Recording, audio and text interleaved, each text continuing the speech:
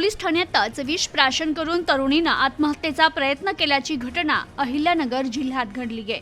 अहिल्यानगर जिल्ह्यातील पाथर्डी तालुक्यातील एका 26 वर्षीय तरुणीने थेट पाथर्डी पोलीस ठाण्याच्या आवारात विष प्राशन करीत आत्महत्या करण्याचा प्रयत्न केलाय।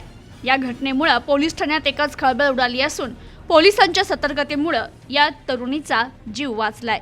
संबंधित तरुणी रविवारी दुपारी थेट पाथर्डी पोलीस ठाण्यात आली होती। तिच्याकडे विषाची बाटली असल्याचं पोलीस उपनिरीक्षक विलास जाधव यांच्या लक्षात आलं। त्यांनी प्रसंगावधान राखत तातडीने महिला पोलीस कर्मचाऱ्यांना पाचारण केलं।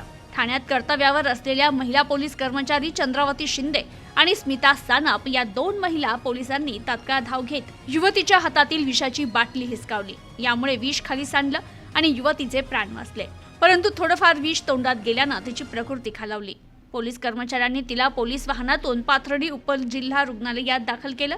तेथे प्राथमिक उपचार करण्यात आले, मात्र प्रकृती अधिक गंभीर असल्याने तिला पुढील उपचारासाठी अहिल्यानगर जिल्हा रुग्णालयात हलवण्यात आले। मात्र या युवतीने आत्महत्येचा प्रयत्न का केला हे समजू शकलं नाहीये। Bureau report, news today 24, Pathardi, Ahilyanagar.